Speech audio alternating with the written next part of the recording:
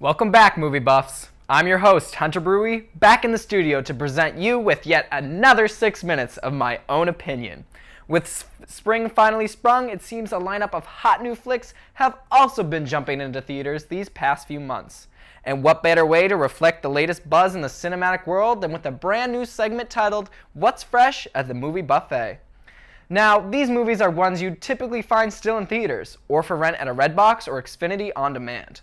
I'll be taking you through some Oscar winners and nominees, and even newer flicks fresh off their film rolls. So sit back, relax, enjoy the nice weather, and let's get rolling on this episode of Movie Checklist. The Favorite, directed by Yorgos Lanthimos. The Favorite is a comedy drama set in early 18th century England that intrigues its audience with spoils of scandal, abuse of authority and power, and what it means to rule a kingdom. The movie is an outstanding watch in regards to star actresses ruling over the plotline. Queen Anne, played by Oscar winner Olivia Colman, is a master at her craft.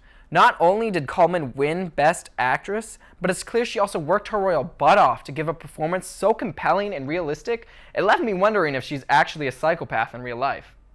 Obviously, I don't think that. Miss Colman, please don't take it to heart. You're amazing. Fair warning, the old British lingo used in the movie is hard to understand at times.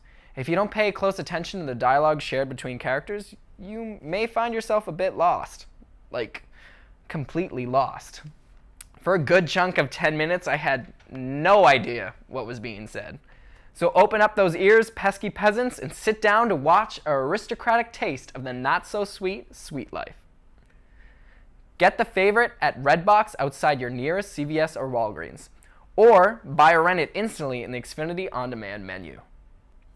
How to Train Your Dragon, The Hidden World, directed by Dean Dublow. Now this movie, so incredibly cool. Watch the final movie to a trilogy full of action, passion, and a whole lot of dragon appreciation. The animation is like nothing I've ever seen. I saw more peach fuzz grow quicker on main protagonist Hiccup's face than I see from half the guys growing neckbeards and chin straps walking around Boston.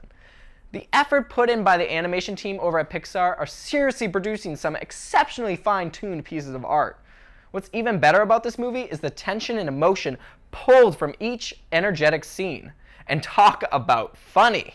I don't think I've ever laughed so hard in my life. I was near tears hearing some of the lines said by the core group of heroes, especially from the twins, Roughnut, voiced by Kristen Wiig, and Toughnut, voiced by TJ Miller. I could watch and rewatch just those scenes from them, and I'd be perfectly okay with it. I watched Hidden World with two of my friends who have never seen movies 1 or 2, yet still cried at the end. Witness an amazing journey shared between human and dragon that is so much more than a kid's film. And catch this movie while it's still in theaters. Wreck-It Ralph 2, Ralph Breaks the Internet, directed by Rich Moore and Phil Johnston. So before we begin our review, let me give some background info. In order to fully appreciate the sequel, I rewatched the first Wreck-It Ralph. And to be honest, I appreciate that I only spent $2 on the second movie because, boy, oh boy, was it bad. Remember that clip you saw of all the princesses surrounding Vanellope von Sweets? Yeah, that's it. That's the movie. It was truly the only highlight of the film, and sadly made the rest of it only subpar compared to the first flick. Which is such a shame, too. There was so much they could have done with the movie, and yet fell flatter than the pancakes in the animated short they teased before the movie was shown in theaters. If you want to watch, go break whatever Redbox is still renting out this wreck of a movie.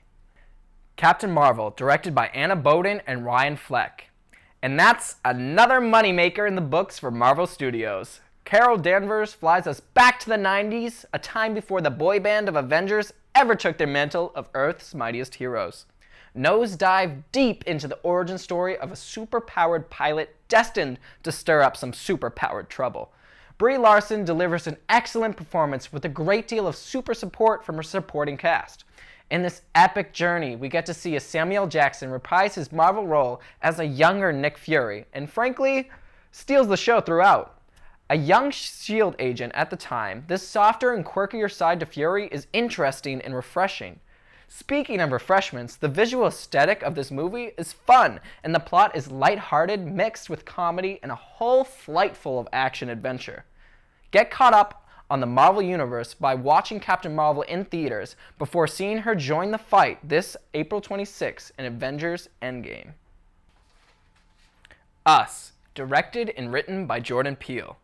Woo! Okay, before I start, I need a minute. Let me tell you. No words. No words. A true masterpiece. I don't even know what to compare it to. It's like nothing I've ever seen nor thought I ever knew I needed. This movie is something all on its own. Us takes its audience on a journey, an adventure, something that's so masterfully crafted that I'll literally have no other words to describe it except brilliant. It's a spectacular representation of a prodigy at work. I am not exaggerating when I say it's the most tightly knit film I have ever had the privilege of watching. Still a loss of words. A mix of horror and a tasteful amount of comic relief. The dad, played by Winston Duke, funniest dialogue I've seen in a long while. If you like to be stressed out, this is the movie for you. Though I would not suggest it to those who are easily prone to anxiety attacks, I highly recommend to everyone. Just do it for the culture, honestly. How can you pass up this experience? It came out only a week ago and is definitely going to be in theaters for the rest of April. I give you my word, and I'm calling it right now. Us is movie of the year. And if I see a guy that looks even remotely like me while walking in the streets of Boston, I will throw hands.